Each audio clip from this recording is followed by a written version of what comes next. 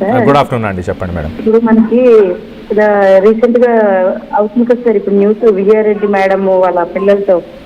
అవునండి. అసలు కొంచెం ఆలోచించేది సార్, ఎందుకంటే ఇది సొసైటీకి సంబంధించింది కదా సార్. ఇప్పుడు వీళ్ళ ఫ్యామిలీని చూసి రేపు ఇంకొకరు చేస్తారు. ఇప్పుడు ఏమీ లేనోళ్ళు ప్లాట్ఫామ్ మీద పడుకునే వాళ్ళు కూడా సార్ చక్కగా ఏదో ఒక పని చేసుకుంటే చివరికి పని చేత కప్పితే అడుక్కొని కూడా పిల్లల్ని పోషించుకుంటున్నారు. మనం చూస్తున్నాం కదా సార్. అవునండి. ఆమె అంత ఎడ్యుకేటెడ్ అయి ఉండి అంత శాలరీ ఉండి ఉంటాయి సార్, బాధలన్నీ ఉండకుండా ఎవరికీ ఉండవు, ఎవరికి తగిన బాధ వాళ్ళకు ఉంటది. కాకపోతే సార్ మనకు మనం చనిపోయే అధికారం కూడా మనకు లేదు, అవునా కదా? అవునండి. దాని కూడా ఏదో చావు దానంతట అది వచ్చి వెళ్తే వేరు, మనకు మనం చచ్చిపోయే అధికారం కూడా లేదు. డోరేసుకున్నది అలాంటిది ఆమె తను చనిపోవడం కాకుండా ఇద్దరు పిల్లల్ని తీసుకొని వెళ్ళడం అనేది మాత్రం చాలా బాధాకరమైన విషయం. కానీ ఇది దయచేసి ఈ తప్పు అనేది ఇంక ఎవరూ చేయకూడదు సార్. ఎందుకంటే చనిపోయారు, ఉపయోగం ఏముంది సార్? ఒక్క విషయం, ఇది ఎవరికి లాభం చెప్పండి? మీరు చెప్పండి, మీకేమనిపిస్తుంది? నాకేమనిపిస్తుంది అంటే ఆమె చదువుకున్నా కూడా అసలు నాకు ఆమె మీద కోపం ఉంది. ఇంకొక విధంగా ఎలా ఉన్నారు అసలు ఎడ్యుకేటెడ్ అనిపిస్తుంది. నేనైతే ఒకటే చెప్తాను సార్, ఎవ్వరు ఇలా చెయ్యొద్దు. ఎందుకంటే తినడానికి తిండి లేనోళ్ళు, ఉండడానికి స్థలం లేనోళ్ళు, సరైన వస్త్రాలు లేనోళ్ళు కూడా చక్కగా బస్ స్టాండ్ లో, రైల్వే స్టేషన్ లో పడుకొని బ్రతికిస్తున్నారు, వాళ్ళ జీవనాన్ని కొనసాగిస్తున్నారు.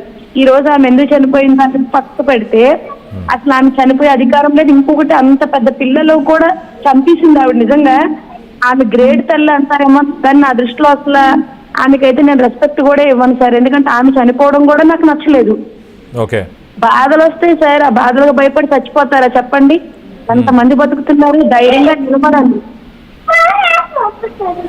ధైర్యంగా నిలబడాలి. కానీ మరీ ఇది అయితే మంచి లేదు సార్. జనాలు ఆలోచించాల్సింది ఏంటంటే చనిపోవడం వల్ల వాళ్ళే లాస్ అయిపోతారు సార్. ఆమె భర్త కొన్ని రోజులైతే మర్చిపోతారేమో బాధ, అందరూ మర్చిపోతాం, మన పనిలోకి మనం వెళ్ళిపోతాం. దీన్ని బట్టి ప్రతి ఒక్కరూ ఏ ప్రాబ్లం వచ్చినా ఎదుర్కొని నిలబడాలి. ఈ రోజు ప్రాబ్లం ఉంటది, రేపు ప్రాబ్లమ్స్ కి ఒక సొల్యూషన్ సాల్వ్ అయిపోతుంది, మనం హ్యాపీగా ఉంటాం. ఎప్పటికీ ప్రాబ్లమ్స్ లైఫ్ టైం ఉండదు. ఇది జనాలు ఆలోచించాల్సింది. ఏ ప్రాబ్లం వచ్చినా నిలబడాలి. భయపడి చనిపోతే వాళ్ళ లైఫ్ అయిపోతుంది, ఏముండదు. వాళ్ళ కోసం ఇక్కడ ఏడిచి బాధపడేటోళ్ళు కూడా ఎవరు ఉండరు కొన్ని రోజుల తర్వాత. కనుక ఇలాంటి తప్పు ఇంకొకసారి జరగకుండా ఇది జనాలు ఆలోచించాలి. అయితే కాజల్ గారు, అయితే ఏదైనా బలమైన కారణం ఉండుంటుందా? మీరేమని అనుకుంటున్నారా? సార్ బలమైన కారణాలు ఏమీ లేవు సార్. ఏం బలమైన కారణాలు సార్? తినడానికి తిండి లేకపోవడం అనేది అది పెద్ద బలమైన కారణం. నేను తినలేను కానీ ఒక కాళ్ళు చేతులు లేనోడు చనిపోయాడంటే అది ఒక బలమైన కారణం. ఎందుకంటే తనకు బాత్రూమ్ వస్తే తీసుకుపోయేటోడు ఉండడు, ఆకలి అయితే అన్నం దగ్గర తెచ్చేటోడు ఉండడు. అరే అని కదలలేని స్థితిలోని నిస్సహాయ స్థితిలో అలాంటి వాడు చనిపోయినా కూడా ఒక అర్థం ఉంటది, అయ్యో పాపం అని. ఆ కాళ్ళు లేనోడే బ్రతుకుతున్నాడు ఒక బొమ్మ వేసుకొని రోడ్ల మీద, కళ్ళు లేనోళ్ళు కూడా చక్కగా బతుకుతున్నారు, నవ్వుకుంటూ బతకాలని. నేనైతే కారణాలు ఏమీ లేవు సార్, నేను చెప్తున్నా. ఏంది అంతే, కారణాలు ఏమీ లేవు. ఆ టైంలో ఏదో అంటారు కదా, కొంతమందికి మైండ్ ఇది సడన్ గా ఉండి కూడా ఏదో అనిపించేలా చచ్చిపోతారని. ఇలాగా ఈమె ఏదో ఎక్కువ ఆలోచించుకొని ఈమె చనిపోయింది. బలమైన కారణం ఉంటే ఈవిడే చచ్చిపోతారు సార్. ఇంకోటి, ఆమె పిల్లలు ఎలా బతుకుతారు? నా పిల్లలు లేకుండా చచ్చిపోయిందంట. వాళ్ళు ఏమైనా చంటి పిల్లలా సార్? పాలు తాగే పిల్లలా? నిజంగా పాలు తాగే పిల్లలంటే నేను చనిపోతే నా పిల్లకి ఎవరు తీసుకుపోతారు, ఎవరు అన్నం తినిపిస్తారు, ఎవరు స్నానం అని. ఆమె చనిపోతే కూడా ఆమె పిల్లలకు వదిలేస్తే చక్కగా పిల్లలు చదువుకుంటారు, కొన్ని రోజులు బాధపడతారు, చదువుకుంటారు, పెళ్లిళ్ళు జాబులు ఉంటాయి. ఆమె అయితే కారణం లేదు సార్. కానీ ఆమె చేసింది చాలా పెద్ద తప్పు. ఇది నిజం చెప్తున్నాను. కొంతమంది దానంతటి చచ్చిపోతే దేవుడి దగ్గరికి పోతారంట, మనంతటి మనం చచ్చిపోతే దెయ్యాలు అవుతారంట. ఆమె ఏదో చేసింది, ఇదేమి ఘనకార్యం అయితే కాదు సార్, బాధపడాల్సిన విషయం.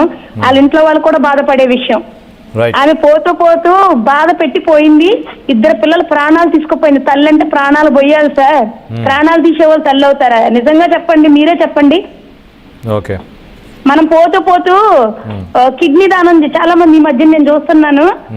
బతుకున్నప్పుడే మేము పోతే మా అవయవాలు ఇంకొకరికి ఉపయోగపడాలి అనేటట్లుగా డొనేట్ చేసి ఏదో ఒక ఫామ్ రాసి మేము చనిపోయాక మా అవయవాలు ఇంకొకరు బ్రతకాలి, జీవించాలన్నట్టు వెళ్తున్నారు. ఇంకొంతమంది హార్ట్ కూడా దానం చేస్తున్నారు చక్కగా. ఎవరికి ఉపయోగపడింది సార్? ఆమెకు కూడా ఉపయోగపడలేదు. ఎవరికి ఉపయోగపడింది 3 ప్రాణాలు? ఆమెకు ఎవరిచ్చారు ఆ రైట్స్? అసలు ఆమెకు చనిపోయే అధికారం కూడా ఆమెకు లేదు. 2 పిల్లల్ని తీసుకెళ్ళింది సార్. ఆమె ఏమి గ్రేట్ మదర్ అని చెప్పుకోవడానికి ఇందులో ఏమి లేదు. ఆవిడ చేసింది చాలా ఏదో అంటారు, ఒక ఫూలిష్ పనో ఒక పిచ్చి పనో అంటారు కదా, ఇది అలాంటి పని. ఏం సార్ ఎడ్యుకేటెడ్ చచ్చిపోవడం ఏంటి సార్? నాకు అర్థం కాదు. ఆ మంచి ఏదో చెడేదో బతకడం ఏదో అన్ని తెలిసిన వాళ్ళు చచ్చిపోతారు ఎక్కడన్నా. చదువు లేని వాళ్ళు చక్కగా బతుకుతున్నారు. రైల్వే స్టేషన్ లో ఒక భర్త కాళ్ళు లేని వాళ్ళకి కూడా భార్య ఎంత చక్కగా చంకలో ఒక బిడ్డకేసుకొని భర్తకేసుకొని అడుక్కుంటూ బతుకుతున్నారు. ఎందుకంటే కుక్క జన్మ అన్ని జన్మలు వేరు సార్. మనిషి జన్మ మంచి జన్మ ఇది. రైట్ కాజల్ గారు, ఆర్టీవీ కాల్ చేసి మీ అభిప్రాయాలను పంచుకున్నందుకు థ్యాంక్ యూ. సో మొత్తం మీద కాజల్ గారు చెప్పేది ఏంటంటే, ఇంకా దయనీయ స్థితుల్లో ఉన్న వాళ్ళు కూడా బాగానే బతుకుతున్నారు, ధైర్యంగా ఉంటున్నారు. ఇంత చదువుకొని ఇంత ఉండి కూడా ఎందుకు ఇలాంటి తప్పు చేసింది, ఇది ఒక పెద్ద తప్పుగా భావిస్తున్నాను అంటూ ఇటు కాజల్ గారు చెప్పుకొచ్చే ప్రయత్నం చేస్తున్నారు. మనతో పాటు మరొక కాలర్, ఇటు మల్లికార్జున అని, ఇటు మనతో పాటు ఒక కాలర్ ఉన్నారు చింతల నుంచి. మల్లికార్జున గారు, మీరు చెప్పండి, మీకేమనిపిస్తుంది? సార్ ఇది ఏంటంటే కొద్దిగా మానసిక సమస్యకు సంబంధించింది, డిప్రెషన్ కి సంబంధించింది. అయితే దీన్ని పోలీసు వాళ్ళు ఇంకా ఈమె భర్త లేడు కదా, ఎవరన్నా లోతుగా ఇన్వెస్టిగేషన్ చేయాలి. అట్లనే పోలీసు ఈ రైల్వే కాకుండా ఇక్కడ ఉన్న స్టేట్ పోలీస్ కు ట్రాన్స్ఫర్ చేసి దాని మీద ఇన్వెస్టిగేషన్ అనేది ఇంకా కొద్దిగా లోతుగా చేయాలనేది. ఇంకొక విషయం ఏంటంటే, ఇట్లా ఒంటరిగా ఉన్నప్పుడు కొన్ని తెలుస్తుంటాయి సార్, వాళ్ళ అమ్మకు గాని వాళ్ళ బ్రదర్స్ గాని. వీళ్ళ ఇద్దరి నిర్లక్ష్యం అయితే ఉంది సార్.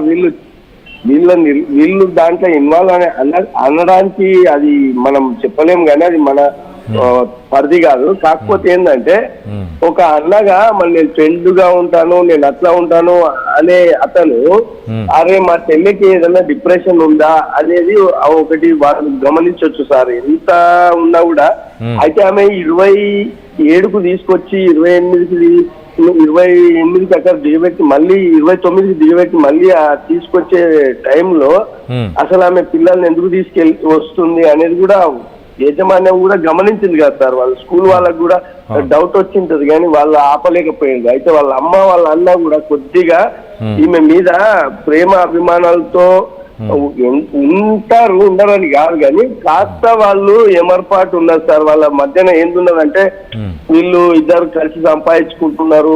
ఆమెకు కూడా ఏమున్నదంటే సార్, ఒక్కొక్క కమ్యూనిటీలో ఎట్లుంటదంటే, ఎంత డబ్బులు కోట్లు ఉన్నా కూడా తక్కువనే అన్నట్ల వాళ్ళ ఫీలింగ్స్ ఉంటాయి సార్.